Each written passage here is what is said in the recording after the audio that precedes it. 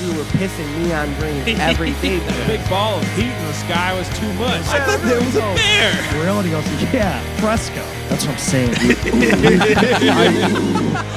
Hey, everybody. What's up, everybody? Welcome to StouryTime. Hey, everybody. Welcome to StouryTime with John and Friends. I'm your host, John. Today, we have a special guest for you. This person I hold very dear to my heart, him and his family. They took me in when I was young, touring and all that stuff. They've done it with a lot of other bands as well. They've always given, bands a place to stay when they're on the road. It's like a safe haven and just wonderful people. You may know him from playing in bands like Handguns, I Was a Hero, his most recent band, Vanish Cap, and now he has a new podcast called the MandB Podcast. Welcome Brandon Pagano to the show.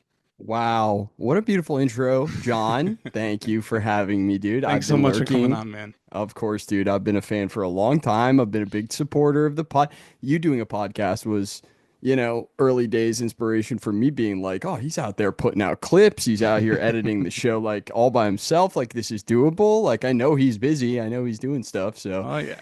Your work ethic on this show inspired me to do my show, and the rest is history. So, thanks for having me on, dude. Absolutely. I really appreciate you coming on. I've been looking forward to this for a while. So, and you came up big too, because I had somebody cancel on me this week. I won't name who because they will be on at a later date, but yeah, coming up in the clutch. So I appreciate classic that. Rescheduling. I'm here. I loved it. I had to come in clutch for my guy for sure. Absolutely. I'd like to apologize to everybody ahead of time. I have half a voice. The Bills game really did me in last weekend. So, as it should. It was a beautiful, that was the game to be yelling at. I understand Absolutely. where you were at, dude. Yeah. It's funny because, so I've had seasons for years. And I've never. We've appreciated that, by the way. Thank you. Absolutely. I've never actually sat in my seats until 2 weeks ago. Oh my God, you're you're a gangster. You're just an absolute G for that. Well, I have a really close friend of mine. He has seats as well with his girlfriend, and then like a bunch of other friends, and they sit in an area where it's in the 200s, but it's like the last row. And then there's like a bunch of room behind their seats. So we used to just stand behind them so we could all be together. But that's all. Well, that's a cool setup though. Like, it's great. Being together with a crew is really the way to, especially if you're all sitting together. And then this past weekend, they shut that down because fire code. But really, they're trying to prepare for Taylor Swift sitting in the suite where we usually stand right in front of it. Yeah, they gotta Yeah, this is what we think is happening. Like, they've never cared for years, and then all of a sudden they're like, "Oh, it's fire code. We have to follow the rules." No, you're you're just trying to get ahead of it, which fine, but they're establishing a green zone that could rival like the Baghdad, embassy or something. They're Exactly. establishing a perimeter in trenches and all sorts of things. It's very important to keep the VIP package safe. It's unreal, man, and it's hilarious because there's like someone like remotely famous every week, and this is the first one that they're like, we need to prepare weeks ahead of time. Yeah, it's an approach to media, Yeah, whatever. It's an different strokes for different folks, I suppose. Absolutely. So what's new, man? It's been a while. We haven't had a chance to talk in a little bit. I know. Yeah, we've both been busy with our respective projects in life, but same old. I still am trying to keep up with music. I hate to fall behind on music. I'm not that kind of person that wants to be set in my ways and only listening to the same old stuff, which I do tend to default to most of the time. So do I. Yeah, it gets harder and harder with age, but I think it's very important, even if you get old and curmudgeon-y, to try to stay up to date. And I've been enjoying a lot of the stuff that's new, that's coming out even in the pop world. So just a lot of good music in general. Playing music as much as I can. I've been doing a lot of more solo stuff recently, which has been fun, fulfilling. I've always been comfortable with just me and an acoustic, so it's something I kind of want to explore more, moving forward, going into this year. So just trying to stay active though, working full time and all that stuff, trying to balance all that. Got the show we do 2 shows technically, weekly, and we're just about to hit 52 weeks on that Oh, yeah. consecutively. We've never missed an episode, both of the shows, the YouTube show and the podcast. So it's like, trying to just stay busy, just trying to keep that active mind from, being too idle. For sure, yeah. And do you guys do that live? One of them? So our plan was to turn the YouTube show into kind of a stream, which I think we're still going to do. We're just, it just worked out that, pre-recording them was just good for our schedule, doing them later. But I actually think, with the amount of views we've gotten over the past year, it's 100% conceivable that we could do a live show, which I would really look forward to, especially if we could cover live events and stuff, because it's just kind of like, and the YouTube show is like an internet roundup thing, you know what I mean? It's like clips and memes and funny stuff we see, so it's very current and stuff. So absolutely, that's awesome. Good for you, man. I'm glad to see you were doing it, because I remember you did hit me up, ask some questions early on when you were thinking about starting it. So I'm glad to see that it's going well. Like I said, a very early inspiration for me saying, I know I can, I probably have the capability of doing this. It seems insurmountable sometimes when you see how much content some other people put out. You compare yourself to other people all the time, but for sure. But you can't do that. Like, dude, I put out 1 clip a week. When I have an episode drop, I do 1 clip, and I'm like, I have classes twice a week. I have a 1-year-old. I have a wife. I have a house to take. Like, dude, there's just no way that I would have the time. So for sure, but it's a passion thing. Like, I like doing this kind of stuff, and absolutely, internet radio is, even in the early days, was always something I really loved, and broadcasting is always something I've been passionate about. So I'm a 30-year-old white guy, dude. I got to just slip into the podcast scene after a while, dude. It's just like, it is what it is. I love it. Dude, this is really special because we both went on our first tours together. Isn't that crazy though? Like, because we both have really decent touring under our belts. We've been on the road. We've seen some stuff. You quite a bit more than I, but yes. Well, we've shared times on the road even after absolutely, that. And, definitely been in the trenches together, so to speak. So, it's just funny. It's really weird how the stars align sometimes, and you end up, in a very small community that's very spread out and constantly traveling. You run into people. There's like little connections that you make. It's very, very bizarre. It is, absolutely. But yeah, I kind of just want to just jump right in. So that first tour, I actually was not even in the band that I played with. I was filling in. As a band called Doses, for those of you who don't know. It's like a pop punk band out of Rochester, New York. Some people were from Buffalo, just, friends from the music scene or whatever. And we went out with I Was a Hero, where Brandon was the front man. Yeah. He was just a baby. He's a baby. He was a baby. 17, I think. That was before I even turned 18. Yeah. So that was the year I graduated, senior year, I think, right? Yeah, something like that. I think so. Yeah. I believe so. And or it might have even been on a break. No, I don't think it was on a break. I don't think it was on a break. Summer. I think you graduated. Yeah. So it's just insane. I literally graduated and got on the road with you. And I remember you very much playing a big brother role on that tour, because even though none of us really had on the road experience, you were a little bit older than us. So you kind of seemed a little bit more street smart than most of us. I just felt like I could have came to you with a problem, and for sure, I would have gotten some advice. You know what Actually, I mean? One of the things that I ended up putting on my list that I wanted to touch base on was, do you remember Atlanta? Did we not play in Atlanta or something? We played, and then the guy tried to book with our money, and you That's came what up it was. to me. You came up to me, and you were like, "Hey, man, I know you're a sweetheart, but I need you to be mean. I need you to get big and just go threaten this dude." Oh, that was He's not trying to pay us. I remember it was in a strip mall now. I do remember that place. Yeah, it was a real dark room. Again. I think Handguns ended up playing there at one point with freshman 15 or something. Yeah, that's funny. And but that's crazy. That really brought me back. I remember riding around in the parking lot on the top of the van that night, and we were creating a chaos because we were really amped up from having to confront somebody, I think. Yeah, it was you might have to go fight this guy, and I'm going, where, yeah, I'll f- this guy, I'll f- this guy up kind of thing, And Well, you stepped up. I appreciated that. We But were all just really, hoping it to just get turned our. into, I walked in, I was like, hey, man, what's going on? Where's our money? And he was like, oh, yeah, give me 1 second. He just like had it. All of us were just too anxious to ask for it or something. Right, We yeah, probably yeah. didn't even ask him. Who knows? Yeah, Oh, dude, that's so that's a lot of funny shows on that tour. We've ended up playing that horse barn in outside of Charleston, South Carolina, yeah. I believe, and that was hilarious. We were literally playing in a stall, like we really thugged it out on that one. It was pretty sick. Was that in the same town that we ended up staying at Vito's friend's house? And he That had was that the guy- massive theater.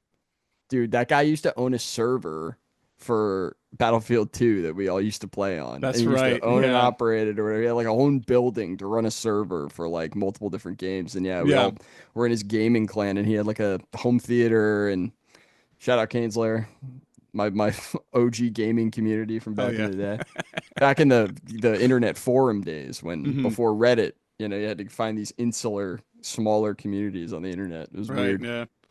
Yeah, no, I have so many good memories from that. Actually, I want to bring up one more before and then we'll jump into whatever you want to talk about. But I don't even know if you know this. I'm sure I don't think you were there, but we probably told you about it. Oh boy. So Joey was straight edge on that tour. Oh, I think I know where this is going. Go ahead, please. No, go ahead. I might leap that. I was just straight 'cause edge. I don't want him to get pissed. Yeah, I was straight edge on that tour. Yeah, but you were too, straight man. edge because you couldn't do anything legally. That's not true. I could do whatever I want. All my friends did whatever they want. So I could have done whatever I wanted, but I chose That's not fair. to. Okay? But yeah. And I still always joke around that even though I am not straight edge anymore, in my heart and soul, I judge people like I'm still straight edge. So it doesn't really matter. Yeah, people say it's like if you're not now, you never were, and I say if you once were, you always are. That's what I say. Facts. That's facts. Yeah, exactly. But so Danielle and Kelsey in the band, before we left, they filled a Gatorade bottle with Bacardi. Yeah. But it was like half full, or like a quarter of they dumped out most of the Gatorade and left a quarter of it. So it still looked like Gatorade. And Joe's driving. Somebody reach back and give me one of those Gatorades. So he grabs this thing, and Gatorades are super easy. We all know they're super easy to chug. You could chug that thing in 5 seconds flat, and it's gone. If you're thirsty, yeah, that's absolutely. That's cool. So he downs this thing and takes the last drop and goes, "Oh, that tastes like shit. What the fuck was that?" And Danielle and Kelsey just look at each other like, "Oh fuck." I mean, where is it? Dude, it was insane. So an accidental edge break is literally so not your fault. But he was in full panic too, which I totally understand.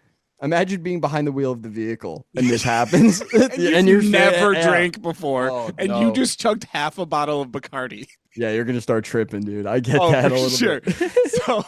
So we pull over. Did we meet you guys at that Pizza Hut for the Pizza Hut buffet? That's 100% correct. Because I remember we met up for food, and you guys like pulled us to the side and were like, "Hey, we need to let you know something happened on the way over here."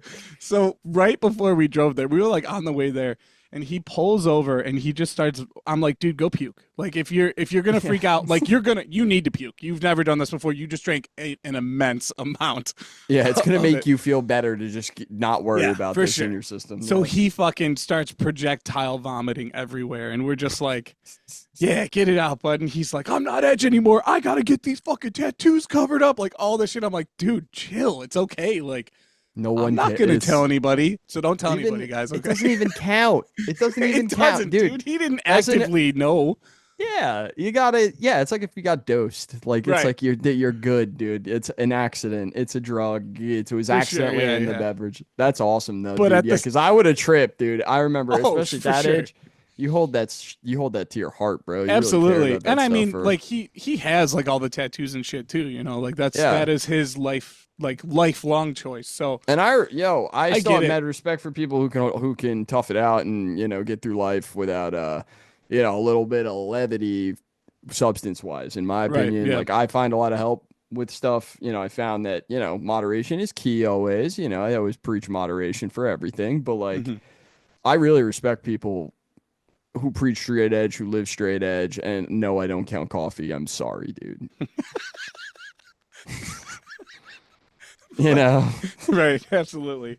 But Yeah. yeah, so I just remember like the rest of that tour, I kept being like, "Whoa, somebody's got to have an eye on Joe. Edge watch, guys. He's already broken." Oh my God, that's so brutal. He hated it, and it was Yeah. probably a dick move, but it was so funny to me, like No, that's good. because Yeah. it really was just like, dude, it's not your fault, and nobody's gonna give a shit. Like you didn't do it actively. You literally threw up afterwards. Like you're You good. were saying You'll be it all in right. your own kindest way. You know what I mean? And Yeah, that especially because works. like it was so tense after that like Yeah. Oh, you got to break you that. gotta do humor or something and like That's your in that only way moment, out. Yeah, absolutely, dude, unreal. For sure. Okay, I'm gonna turn it over to you and see what you would like to share because that's what you're here for. Well, you segued me into something. That was an awesome story. And, like I want to put a bow on this by saying, us touring together and us, experiencing that run and doing it all ourselves, no help, except for, I also wanted to shout this out. I wrote this down. Like, I just wanted to say three of the shows on that tour, I think it was either three or two of those shows on that tour, towards the back end of it, were with Citizen, Mhm. Turnover, and Light Years, who were on their first full US tour, booked by a friend of mine at the time. And it was, you know, they were obviously bigger bands, but they were Yep, all in there, very much in their pop punk era, playing their early music and stuff, which everybody should go check out. All their pop punk. Dude, that early Turnover pop punk record, bro. People don't absolutely, even yeah. know. People don't even know. Yeah. Even that Shout record out after the Shout fact out that Pat Kennedy. He was just on the show recently for Light Years and No Pressure. And Pat from Light Years and No Pressure is crushing. absolutely. Obviously they're, doing the thing where everybody loves them. They sound like Blink 182 to me. And I'm like, that's going to get people fired up in 2024 because a lot of people have moved on from that sound. You know what I mean? Right, yeah. But Pat's always wrote classic bangers, Yep. He's always been that classic pop punk guy, and that's awesome. But yeah, playing those shows with those bands and at that level and just like that camaraderie, and it's so wild to see where people end up, because Turnover's huge, Citizen's Oh, huge, absolutely. Yeah, yeah. and Light Years, like you just said, has always been a consistent, awesome band, and then Pat goes on and succeeds in other stuff like. And Light Years, he did say in the episode they are planning on writing some new material pretty soon. So Hell yeah. And they've always been one of those bands that never cared about how they were perceived, and I always appreciated that. They just put absolutely, out solid pop punk songs with no gimmick or anything, and it's like that's what I like. So absolutely. uh crazy stuff. But yeah, so to segue, like we were saying, accidentally drinking stuff on tour. This is actually a tour story that I often tell. I don't know if I've ever not told this story in a job interview setting before. Like every time, I swear to God, dude, this isn't even a joke. And I've gotten, it gets to the point in the interview sometimes where you go, should I tell this story? Probably not. Because this is going well, right? Like, but Yeah. if I tell this story well and with enough, personality, people will understand where I'm coming from, and maybe it gets a few laughs, makes you memorable, makes you stick out, helps you get the job, right? That's always Mhm. been my logic. But the story goes, I was on I think it was literally like almost an 8-week long summer tour called the Common Vision Tour. I think they did a couple runs of these. It was supposed to be one of those competing against Warp Tour so that bands only were able to do Warp Tour every other year. Usually you weren't able to do it consistently. So bands would always look for the next big thing to play the next summer if they played Warp Tour to try to get on, fill the summer slots. This was supposed to kind of be one of those for like metalcore, hardcore, and punk bands. So didn't really take off, but it Mhm. was a cool mix of bands. We had like 100th, Counterparts, My Iron Lung, Forever Came Calling, Handguns. So you had this big mixed bill, and it was cool and things were going super well. But because we all kind of like shared management and booking, that's kind of how the tour all ended up kind of getting put together at the time. Uh, they decided to save a little money and run the whole tour with one tour manager. And this tour manager also used to TM Let Live, one of my favorite bands. Hell Shout yeah. out Let Live coming back for When We Were Young Fest. Gonna be sick.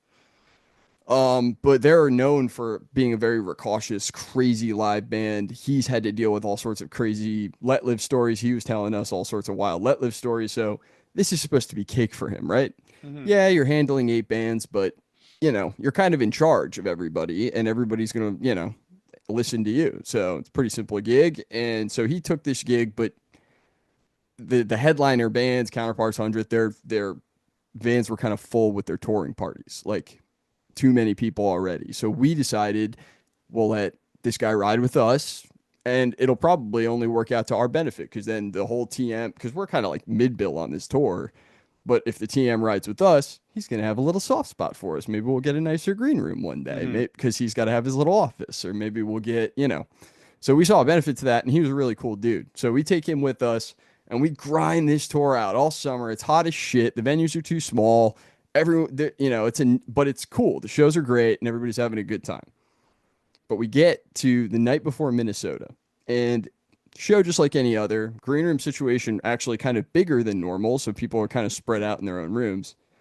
And our tour manager kind of comes in. The show's kind of wrapping up. Headliner's already done. He's settled up, so he's getting all his stuff out of the green room. Goes into the fridge, grabs what he sees is a full apple juice sitting there. Hasn't been drank at all, by the way, by anybody, which is weird, but he's like sick. Grabs it. We're all like, we're ready to go. We go outside. We're basically on our way out. We're ready to roll.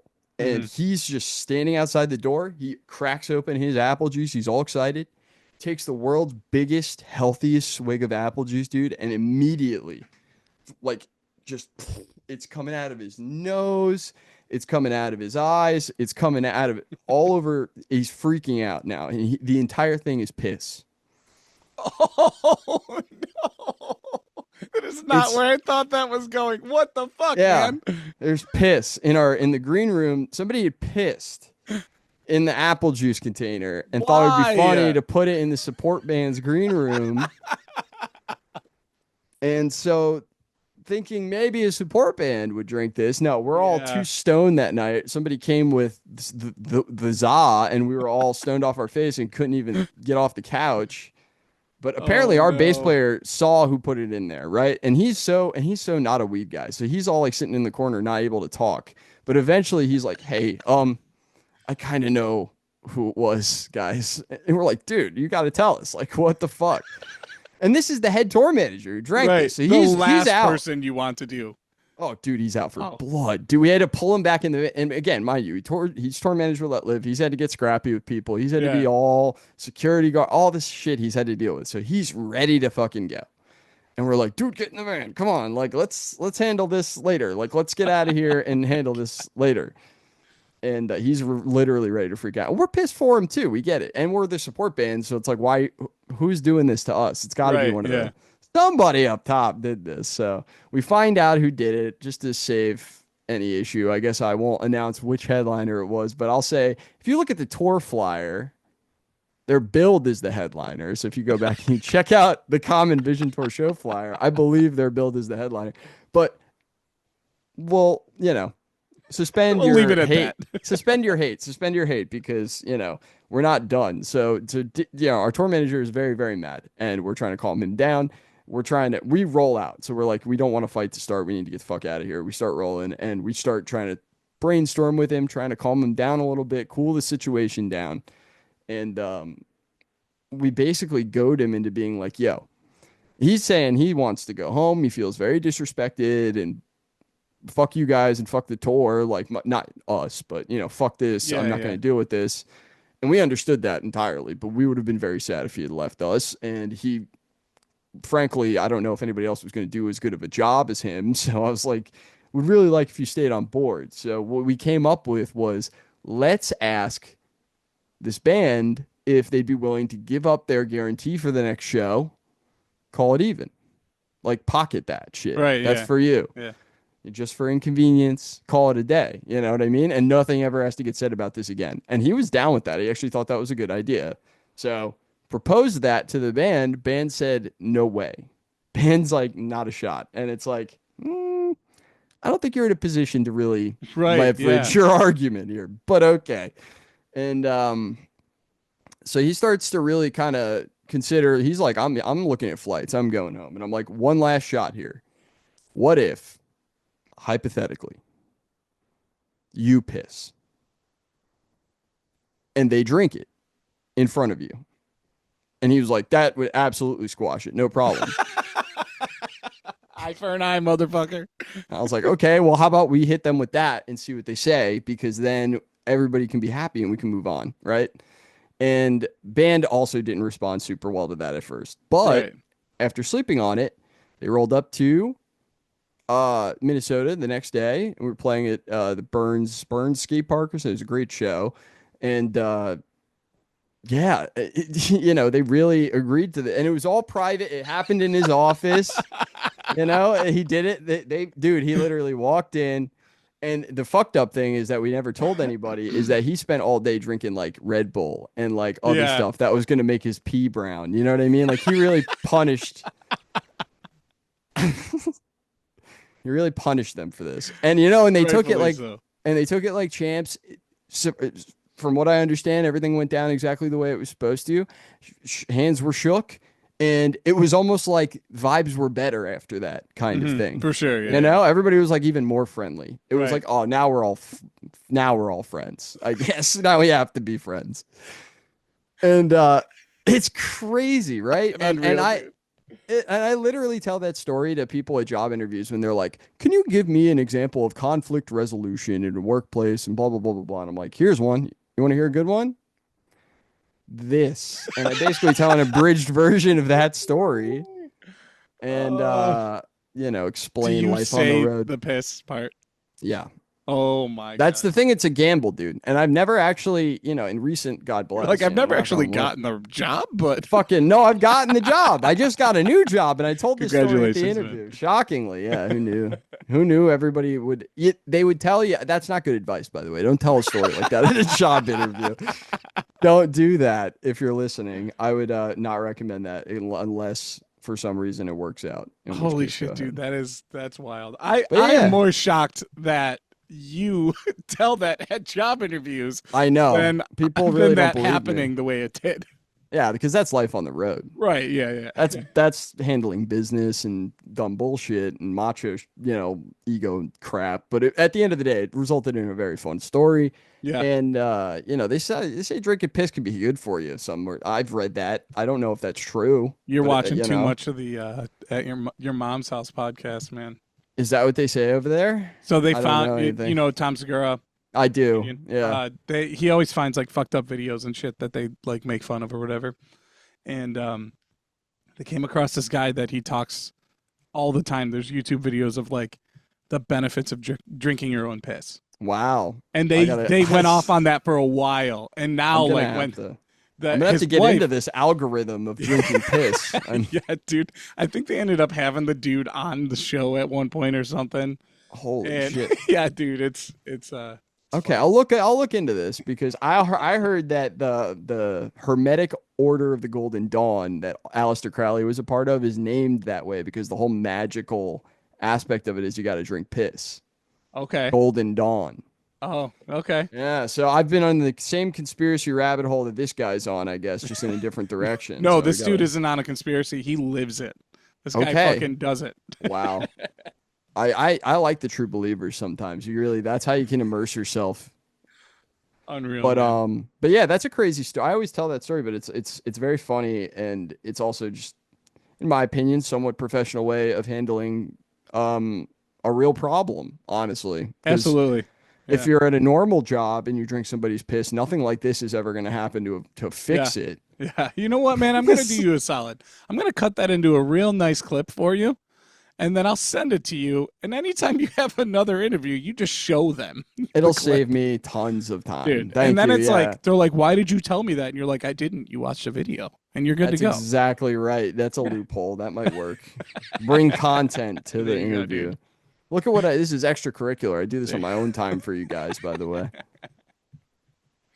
Yeah, but the road ends up with some really hilarious fixes to problems, but I always like a positive ending. You know, there's a lot of negative stuff Right. that comes with being on the road, but I tend to remember the positive stuff more, you know, but a lot of it's spent kind of miserable. So I would say, you know, you're like especially on those long drives, you're losing your mind. You're not playing music, you know, Right. there's Yeah. the dead air. I feel like a lot of people kind of lose their minds in, but you know, definitely got a lot of touring experience out of, you know, even just I Was a Hero. Like we ended up doing a lot just on our own. And, you know, I often miss the vibe of those like self-book shows more than I miss some of the rather No, you forgettable. don't. No, you don't. Yeah, No, you a don't, lot of man. people, I get where people come from when they say that's more fun because you're more in the present if you're in charge of it all yourself. Yeah, If anything else. But it's also more fun if it's a good show.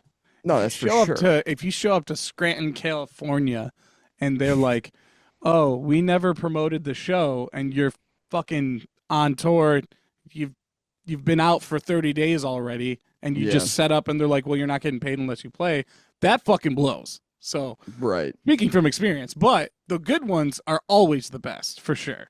Yeah, I mean, I was very spoiled. Like my very first handgun shows were with Cartel, Hit the Lights, Set Your Goals mixtapes, and this was while I was still in high school. This was actually Right. my spring Which is break in high school. Yeah, and they were very deeply sold out shows at like Gramercy, upstairs, Worcester, you know, at the Palladium, and like these are venues that I've seen videos of my favorite bands playing at, and you're like, you know, I just got like that was just a fill in, you know, like you were filling in for doses. I was just filling in for handguns at the time for that kind of stuff. But it's like making your stuff available for stuff always opens the lane. And I felt like just being out there, I felt there was more value. And we came up in a time where social media promotion wasn't taken as seriously. So it was like kind of just like being out there was one of the biggest assets you had as opposed to online reach. You know what I mean? Right. Like, And now it's the complete opposite. it really is. And Yeah. it's, you know, it's a very unfamiliar, but at the same time, I feel like people are kind of pushing back on the narrative of like, you need to be a content machine in order to put out music. And Yeah, I for actually think there's like a trend in consumers being more, you know, into the idea of there being like some illusion or some distance between them and the artist because it creates a sense of like, ooh, like mystique and what's this about? Like just creates more interest, if anything, you know? Right. Yeah. But yeah, it's a totally different world. I can't imagine if Handguns was out there making, or I Was a Hero was out there making TikToks. Like, I don't know what they would be about. It's only a matter of time till you guys do a full reunion. Reunion. For that, Yeah, that- we've talked about it. That would be. See, that's what I'm saying. You guys are already talking about it. I Yeah. mean, hell, we may or may not be writing some new music in the future for the traditional, Oh. but that's, you know, a secret. So everybody, shh. I would that's never tell not anyone. confirmed at all, but we've danced around the idea. So, but yeah, I mean, I know think- a lot of people who would be very excited for that. That's how I feel about that. Me myself very much included. I would love to hear some new stuff. I don't know that, you know, anything would come of that, but you know, it's coming up on 10 years since that full length, so we decided, you know, what if we recorded a couple of songs and did a re-release of the record with some like 2-3 new songs, something like that, or the idea of maybe a whole new EP. We don't know. We have no idea. It's literally it's been briefly touched on, and then we kind of just left it there. So till we're closer to you know, having that conversation for real. But That makes sense. I was hanging out with a friend of mine recently who lives in the area in Philly or whatever and plays in bands or whatever, Matt from Wonder Years, and he was telling me that there was do you remember the band Athletics, also an upstate Yes. New York band? Okay. Yes.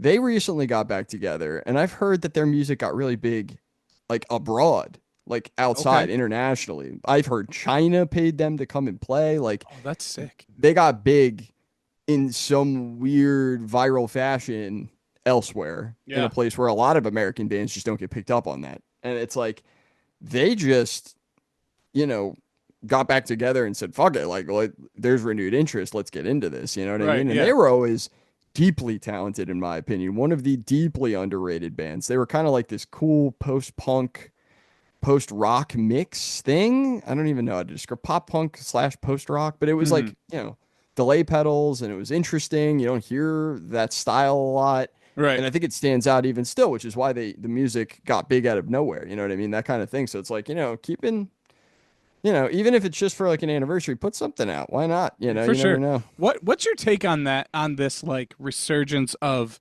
reunion, like bands getting back together for reunions, even if it's just for like, a tour or a festival or whatever? Because it seems to be happening, especially with like When We Were Young and Furnace Fest and like all these big festivals. They are literally just looking for bands that haven't been a band for the last 10 years to come and play a record that everybody wants to hear, because no one was into that band when they were in their prime. Right. And then now they're fucking huge, and it's like, dude, if you don't come back, you're gonna lose out on. You could come back and just go and just do it like full time and do it. It just makes me wonder how much Title Fight has said no to. Right. Right. Like what's the number that Title Fight's seen and said no to? It's probably way too high. Like, why would you say no? But For mad sure. respect, they've got their own things going on, and I can respect. Right. I mean, And if they do come back, that's one good for you. I think they have every right to. It's your band. That's kind of how I feel about this. It's like, yeah. when it comes to artists and wanting to represent what they've done, and if they're proud of what they've done, like, they have every right to go and give it, another breath of life. And I appreciate some of this stuff. Some of it I don't find super compelling because it feels kind of cash grabby, or the band is just grown out of that sound so much that it just sounds like uncanny valley to go see them play that kind of stuff. I think it just totally ranges per artist, and like, I don't know. It depends on, my favorite bands typically, I think, age fine and well enough that like I could go see them 10 plus years from now and they'll sound cool. They'll bring a cool vibe. It's just because it already fits my style. But Right. Yeah. I've seen some cool bands pull off some really cool stuff. And, I remember this debate even when like American Nightmare got back together and, Refused, and that big like resurgence in like the early 2010s of people being like, whoa, everybody's doing reunion shows. Like, is this a cash grab? Is this cool? Is this punk? Is it not punk? It's like, I don't know. Is there a market for it at the end of the day? Because, But also the answer is just yes to all of it. Like, yeah. Yes, it's a cash grab because they worked their fucking asses off when they weren't getting the offers that they're getting now. They've grown so much as humans that, I mean, dude, I haven't played a show in 6 years with the traditional. We haven't been a band in probably longer than that, but it's like, I would love to do that again. You know what I mean? Like, those were the glory days. That's what people want to do, is they want to relive their childhood. And like, it may not be like a long-term thing, but like to have that moment again. And then like with new fans and people that you're about, like, dude, people are bringing their kids and stuff. Like, I think that's cool to be able to share that with people. I just went and saw the Get Up Kids do Something to Write Home About, which is my favorite record of all time. And that looked like a great tour. Like, all the videos I saw from that, I had a lot of friends who went to that tour and said it was fucking amazing. It was incredible. They played incredibly. There were like, I'm not kidding, there were like 3-4 kids sitting next to me and my brother, and they're like 8-9 years old. And like, that's sick. Fucking cool, man. That's so cool. Man. Especially like as a parent, being like, this is who I loved when I was a little bit older than you, and now you get to share that with. And they never stopped. Well, they did, but briefly, and then they got back together, whatever. Yeah. Exactly. And it's like one of those bands that stayed consistent. It's like you're not seeing them after a huge slump. You're not seeing them. They're still in, a prime that they sound good. Like, that's awesome. Like, I don't know. That to me is a good example of a tour that didn't sound like a cash grab. Right. More so than it was, although yes, good for them for making money off of a record that has cemented itself. Ago. Yeah, and it's cemented itself to a legendary status from like an underrated darling. Now everybody appreciates it. Now everybody's like, oh, I love Holiday or whatever. And it's like, did you though? You know what I mean? Like, a lot of people loved it like when it came out and were like screaming from the rooftops. I was not one of those people. I found out about the Get Up Kids when I was like in high school. You know what I mean? Because the bands that I was listening to were being like, this is the band that inspired what we do. So I then that was how I found out about music. You know what I mean? I would check out the liner notes and what bands influenced too, and kind of work my way backwards or whatever, so I don't know. Yeah, but I say get the bag. Warped Tour to me feels a little weird with the whole like 3 shows. I'm just like, that doesn't feel the same to me, because everything's just like, you've done Warped Tour, so it's like, it's not twice. The same. Yeah. So, and we were not one of those like, there were not many bands who did Warped Tour the way we did Warped Tour in a van and trailer. Okay. And that's not to brag. That was just because we were poor and owed people money. Right. But, you know, we definitely made that debt back and then some when we did a tour like that in a van and trailer. But it was miserable. It was fucking hot as shit. You know, you had to get up early. We didn't have first time we didn't even have a driver. We were driving all those ourselves. Mm-hmm. And there's a lot of overnights. There's a lot of crazy shit going on. I mean, that tour was wild, but that's why I say like there is nothing like that anymore. It's Right. really difficult to point to anything that was and this is not me licking Warped Tour's ass or anything, but to acknowledge something that is absolutely true is that it was the largest traveling music festival to ever exist. The infrastructure alone to watch them build that every morning, every day. It's not like it was set up for 3 days. They'd build it and tear it down in 24 hours, and it was a marvel, if anything. The last great circus or some shit, you know? Right. Yeah.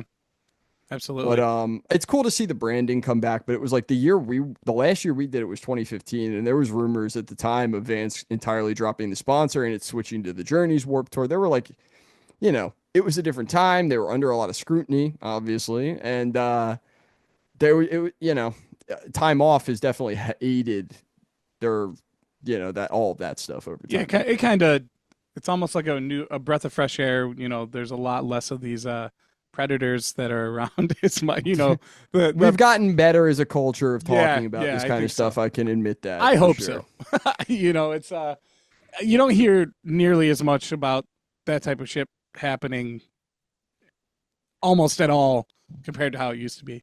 It was, yeah, I mean, it was just, and I always said, like, I enjoyed Warped Tour even back in those days because it was the only co-ed tour I would ever do, Right. essentially. Like, maybe you'd have a tour where, like, a couple of the working people, you know, especially in pop punk at the time, a couple of people maybe working for the band would be women or non-binary or whatever. But, yeah, you would not, it was rare to see women in bands. It was truly rare, even in that later era or whatever people would consider that. So I always enjoyed Warped Tour because it was mostly female leadership, aside from Kevin, and strong female leadership that didn't take any shit. And it was, you know, a real nice breath of fresh air, and it brought a whole new sense of like organization and just trust. I think people were easier to like fall in line with some of these people because they presented themselves in such a fashion, and it just created a really nice atmosphere when it's more diverse. There's just more diverse opinion, and people keeping people in check is what I felt like more so, you know? Yeah, for sure. The scene always needs more of that. Absolutely. I want to hear if you can think of anything. Do you have any memories of like any crazy shit happening after Warped Tour, as far as like some of these after parties or any shit like that? Yeah, there's been wild stuff. I remember the night 2015 it started, and you kind of do like a pre-show where you set everything up before the day before day one, right? Like, so you find your merch table, you do all that shit like a day early, and essentially run like a test day where they set up everything. So you kind of do have like one extra day right at the beginning to just test and see how it's all going to look. And then you just got to go, you know, every day after that, just by the day. Yeah, essentially. And that opening day is, you know, where there's, you go, and famously, if you were on the tour, you'd go and you'd pick out 2 free pairs of Vans, and they'd hook you up with all this swag and sweet tooth you to hell and give you all this stuff. And it was very sick. Obviously, you know, especially if you were a band like Handguns, you didn't make a lot of money. I had the same pair of shoes like forever. So I get these 2 sick, fresh pairs of Vans. I'm feeling like $1 million, you know? We go to the after party after everything is all set up, and it's sponsored by Reds, which is that, like not a seltzer, cider, red cider, like apple cider. Yeah. And, at the time I was kind of on a seltzer kick. So I keep saying seltzer because now we've got the Truly's seltzers and all that now. No, the Truly's. No, but this is pre-Truly. So I'm on my cider grind. And so, you know, I'm putting these down at the after party. They're, you know, like the little cans. They're not big. They're not even like normal size cans. They're tiny. Yeah. So I'm thinking I could put down a bunch of these. They don't even taste like booze. I'm not even thinking about it. Well, I was not thinking about it so much that I didn't read the can, and that it was Red's Wicked Apple, which is 8%, not 5%. and I'm crushing these at a rate, dude, and it's not good. I'm not somebody who could drink a ton regardless, but I'm already going very hard. I'm a little starstruck hanging out with everybody, so I'm trying to get loose and have fun. And I black out. I mean, I truly black out. And like, this is like, I have no bearings. I don't know where anything is yet. I have no idea where I'm at. Like, it's all dark. I have to like, I'm separated from Handguns, and I have to make my way back to our van. And I honestly don't even know how I made it back. Like, I woke up in a van and immediately was like panicked because I was like at least 90% sure it wasn't my van, and like somebody was just being cool and letting me sleep in there, and I was gonna be like, straight up, that was my first thought. I was like, there's no way I made it back to my van. Like, I don't know whose van I'm in, and I like look over and I'm in my van, and I was like, whoa, how did I do that? Because I literally couldn't recall anything past a certain point, and I'm not a blacking out guy. Like, it's pretty uncommon for me to do that, so it shook me a little bit. I was so hungover for like 2 days. I mean, straight up, like in the hot, like just completely brutal. And you're hanging out with like legends. Like, I think that was the year that Less Than Jake played their 365th day of Warped Tour. So it played a whole year of their life was spent playing shows on Warped Tour alone. And I think it was like their 25th Warped Tour or something like that. I don't even remember. Insane. It was wild. And not their 25th Warped. That'd be every Warped Tour, but they've done so many or whatever. Right, yeah. So, and I've always been a huge Less Than Jake fan, and they were always really cool to us, and for no reason, that kind of thing. I had like these like insane matching tattoo like thing going on in the first Warped Tour I did in 2013 with eventually like, there's like 40 of us, but like the singer of Motion City Soundtrack has the same matching tattoo as me. And I like, if you were to tell me that in 7th grade, listening to like Hangman on the bus from Commit This to Memory, like that's surreal. And it's to me still pretty surreal, because it's like, that's an all-time great band. Like, to me, for sure. I don't know. Yeah. You can't even like, there's no one that's going to be able to replicate what that band does. Right. Like, so it's like, that's just crazy. Like, you just end up rubbing shoulders. Like, I even remember what's really funny is Metro Station was on the second year we did Warped Tour. Miley Cyrus's half brother, Trey Cyrus. They had that one song. Oh, yeah. Well, what's funny is, did you know that the other singer of Metro Station is also Mitchell Musso's older brother from Hannah Montana?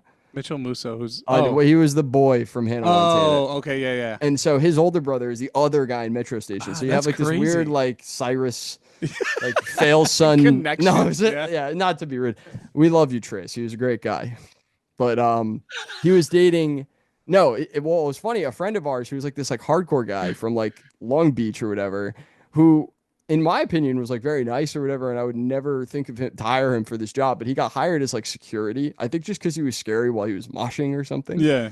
And like, he just like followed Trace around this whole tour, and we just like hung out, like like we would like rub shoulders with him all the time just because we loved this dude. And I was like, the least, like, that's like the last person I would expect to meet or interact with on a regular basis to end up being somebody we saw pretty frequently. Right. And at the time, he was dating Brenda Song, who was on Sweet Life of Zach and Cody, which was a show my sisters loved growing up.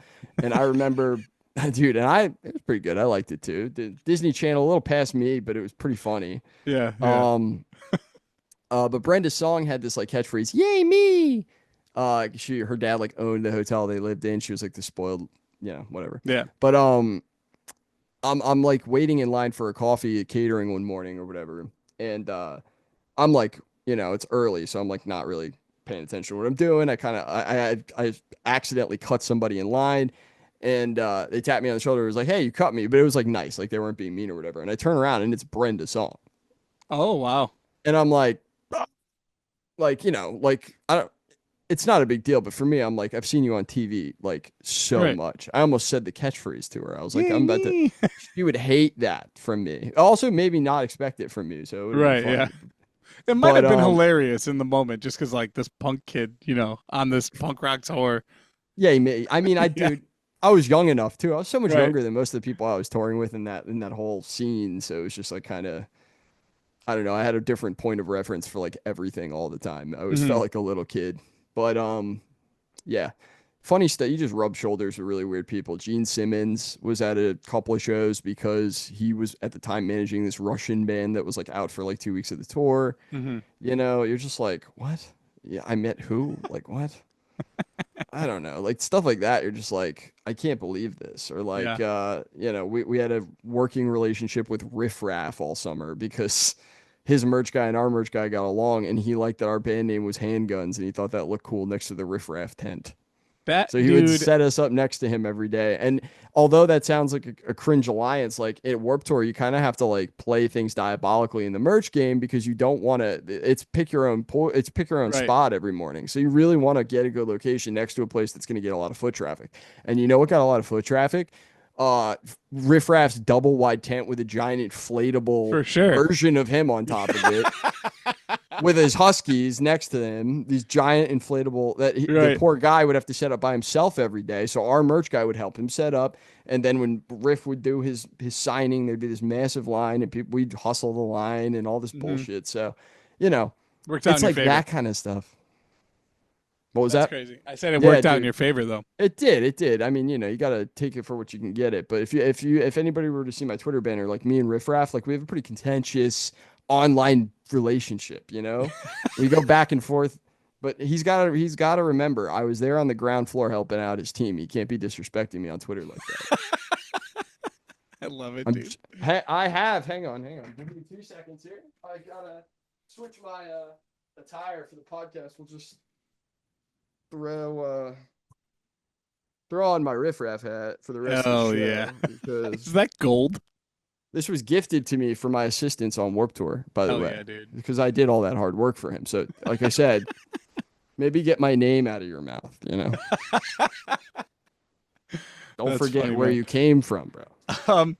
I talking about the you blacking out thing Yeah. kind of reminded me of so do you remember, I don't remember where we were. It was on that first tour. I was in the van, and I think I was in the van with like Vin or somebody, and dude. you come out and you're like, yo, I think I'm gonna just stay in the van tonight. And we're like, why? What's going on? And you're like, so I was walking inside and there's this dude on the front porch. Do you remember this? Kind of. And he had the needle in his Continue. arm. And he was like out cold from heroin or some shit. And you Yeah. were like, hey man, what's going on? And you like walked by him, and then you came out and you're like, hey man, shit, I don't know what to do. And you Damn. just like ran to the van and like, You know what? That really, it's funny because I don't remember that. It probably traumatized me. And sure. now You I just- remember. But that's good because, like, now I I can't sleep tonight. So No, it's fine. Now I'm doing analysis on myself, and I'm realizing that actually led to an entire touring career of me enjoying sleeping in the van. I would always sleep Yeah, in the for van. sure. And Yeah. it wasn't because I hated people's places or whatever. I just I don't know. I was worried about robberies. I would freak out about stuff. And I just felt like, what, I'll just give me a sleeping bag. I'll sleep in the van. Somebody will be in there. That'll be good. And I've been robbed sleeping in the front seat of that's a good story. Let's hear it. That one it was my first time ever in New Orleans. I was still straight edge at the time. So was my tour manager at the time, the kind of guy who like mentored me and taught me how to tour manage handguns so I could save us a couple of bucks or whatever. He was a really nice guy, and I was kind of like shadowing him a lot of the tour. You know what I mean? So like we would kind of I would follow him around, do what he did, and so I take the boys out. The boys obviously want to go party and shit at Bourbon Street, and I'm down. I'm not like a dickhead. I'm like trying to have fun too, and I'm curious. I want to see what Bourbon Street's all about. I know it's going to be lit. I can't make it into any of the bars at the time. I think I was like 18, 19, but putz around, whatever, hang out with Trevor, no biggie. We are out till, who knows, 2 a.m. And we had basically agreed, like, hey, we're going to be out late with this guy who had met at the show. And is it cool if we just come by late? And he was like, come by whenever, we don't care, whatever. So we roll up to his place probably around 2 o'clock. He lets us in, but it's a pretty gnarly part of town. I wasn't really, again, very well traveled, so I didn't know shit from ass. I didn't know anything at the time, so I'm just kind of whatever, like we'll stay here. And I remember it was really hot, so I remember I had slept in the van. Me and Trevor agreed to sleep in the van, whatever. I cracked the windows just little bit, dude, little tiny sliver, just to get some air circulating. And usually I would like put my wallet, my phone, like on our center console thing, whatever. So I fall asleep like that in the front seat. Trevor, right in the back bench. My drummer, also just drunk enough not want to go inside, slept in the other front seat and also with all his shit just chilling, right? I wake up the next morning and I'm like, you know, kind of just like fucking around looking for my shit or whatever. Can't find it at all. Can't find any of my stuff. Can't find my phone. Can't find my wallet. Can't find my anything that I had taken out of my pockets and left on the console. Looking in all the holes. Can't find anything. Look at my window and it looks like it's way further down than it was when I had left it the night before. And I was like, uh-oh. Open my door and I feel it knock something over and I see a paint can go rolling down the street. And I'm like, huh, that's weird. And then I'm like putting it together in my head. I'm like, oh, somebody stood on that and forced the window down. Down, yeah. And then, dude, reached over my sleeping body. Swear to God, I felt so disrespected, dude. Like, just like, and just like fishing shit out of the van. It's so much worse. I was like, what the fuck? How did I not? And I wasn't drunk or anything. I was like, Right. how did I not wake up? Holy shit, I was tired. That's And wild, dude. same thing happened to my drummer. All his shit got picked too, and it was a nightmare. It was shitty, and that was my first time getting shit stolen from me on tour. And I learned people are very bold and don't give a fuck if their arms get broken by the guy sleeping in the van, because that's probably would have, not to be tough guy either. If I woke up and there were arms like this over me, my first reaction would just be like, ah, pull them down. Yeah, what the fuck? Yeah, freak out. I'd freak out. So that would be really weird. And so that was a good one. That was getting robbed. And Dude, that's insane. New Orleans style, which is very bold. And it's even crazier because later on that tour, I start getting texts. So now I don't have a phone, right? Like now I'm stressed out because I don't have a phone. I'm on tour. I'm like, shit, what do I do? My parents obviously are the best and put me at ease about it. Are talking to me through the guys in Handguns or whatever. They're like, don't worry about it. We'll get you sorted. You're already due for an update, whatever. So I just have to go basically pick up a new phone. So I pick up a new phone and I start getting all these messages about like, hey, what's going on your Facebook? And I'm like, what do you mean? And I go on my Facebook and I'm like, what? I can't, what's happening? Like, I don't understand. I go on my wall, like my wall at the time. I think that's what it was called. I don't know. It might be dated language for Facebook. I'm on Facebook and I'm looking at my posts or whatever. And there's like just an influx of Instagram posts that aren't mine from this handle. I remember it very clearly. It was PHAT, Fat Badass. And she was posting all of this stuff, like her smoking blunts, like her like chilling with her kids smoking blunts and stuff. And it was like, what is like, I thought my Facebook got hacked, right? Like I just thought like, I don't know what this is. Like, turns out this is actually being posted from my old phone that's sitting in New Orleans, and somebody had, I don't know how they'd acquired it. It doesn't seem to be the person who stole it. So somebody probably nicked it, sold it to this person or whatever. But all of their posts were going to my Facebook wall. And people are commenting, and then people are like going to Instagram and commenting on her Instagram, being like, "Yo, Brandon, give Brandon's phone back" or something. Like, yeah. And she starts threatening me through the through the app. She starts on your wall. Like, she starts being like, "There's stuff on this phone you wouldn't want me to put on the internet," and I'm like, "Oh, that's not good. Why would you put, like, what's going on here? Help me! I don't want any of the smoke." Everybody, please block Fat Badass and let her be, dude. I had a police report out. They didn't care. You know what I mean? Like, this is like petty shit that they're not going to follow up on. So I just had to call it a loss. She probably still has my phone. That's fucking wild, man. I wish her well because she really scared me. You should have went on Find My iPhone and just fucking toasted it. Did. I even found like the location. I was like, I know you're not even that far from where my phone was stolen. And she's like, I know nothing about that. And I was like, I believe you. All right, whatever. Like, dude, that's so funny. I just want to say, you said you have the best parents in the world. You genuinely have the best parents in the world. Yeah, I love your family so much.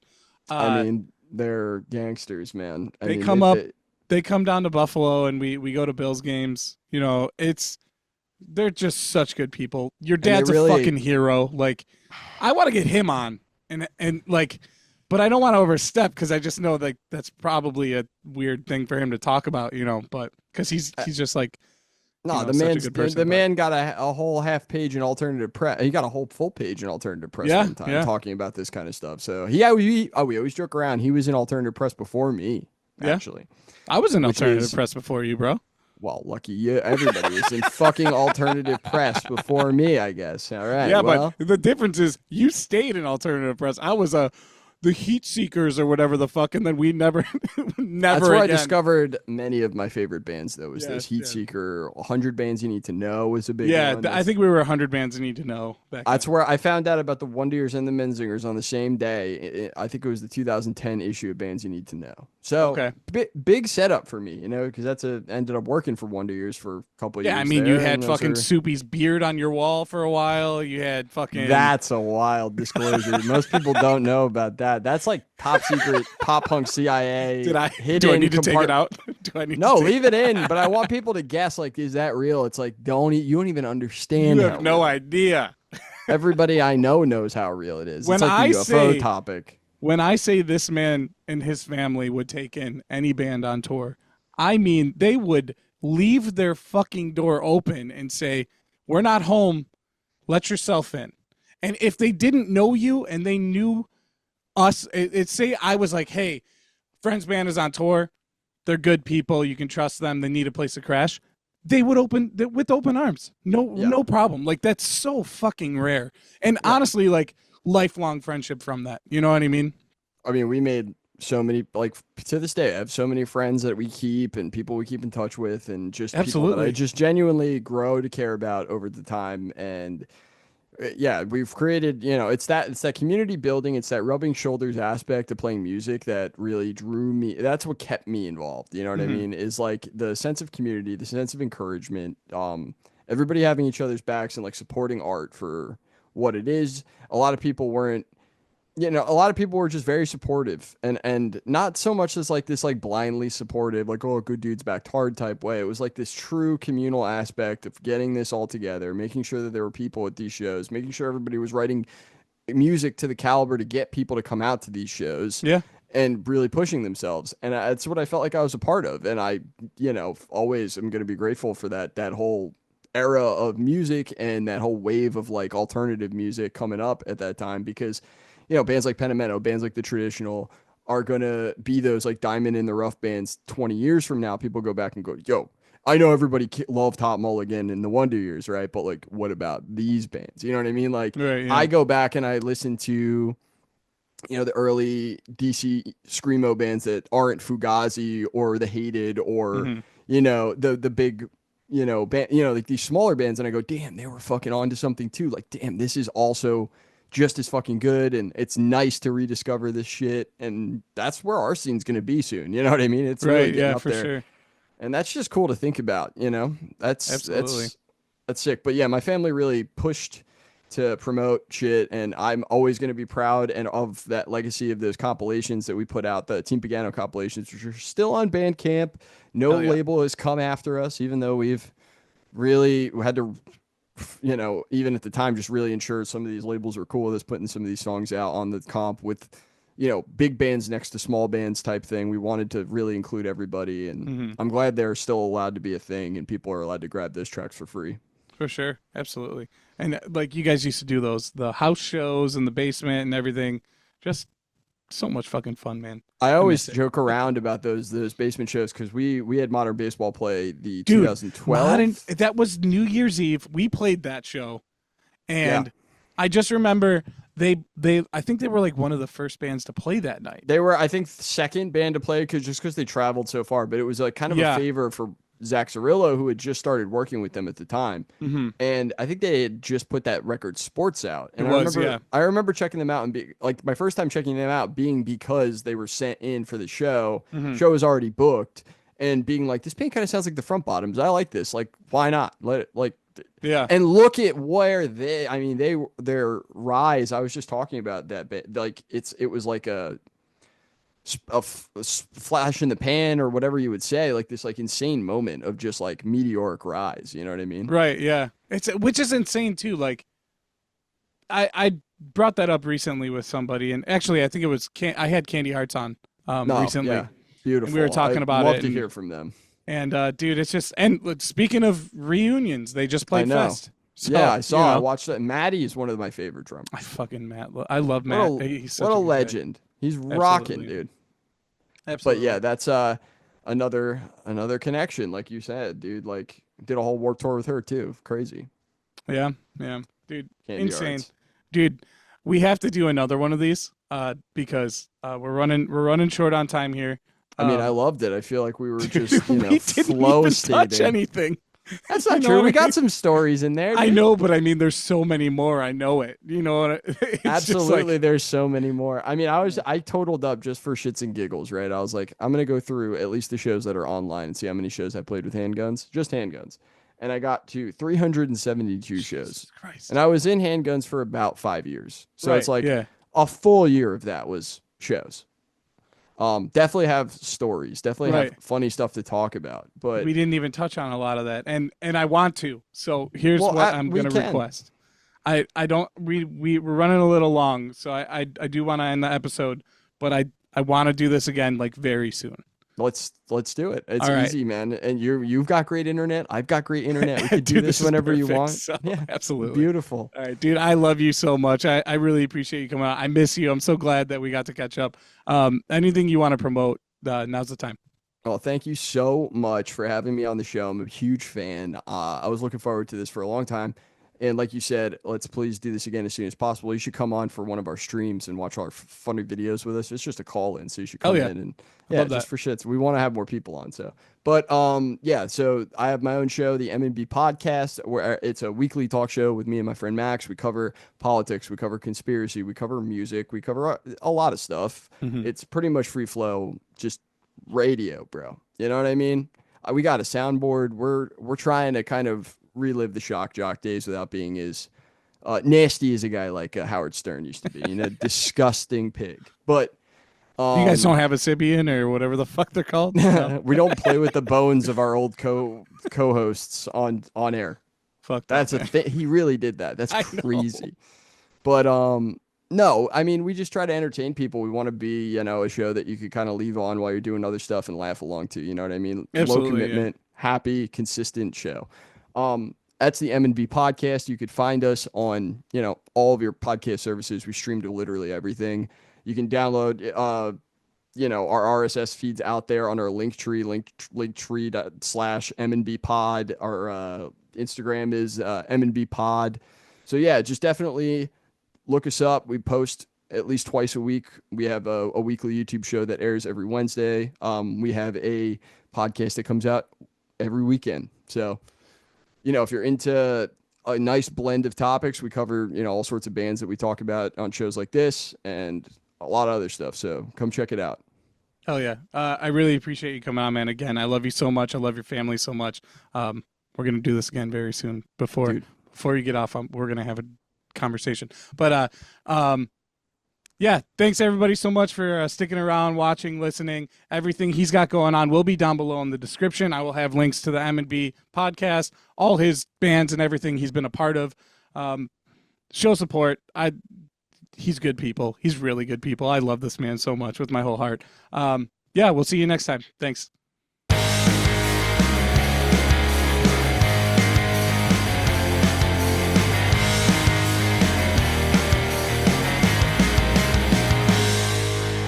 Bye, bitch.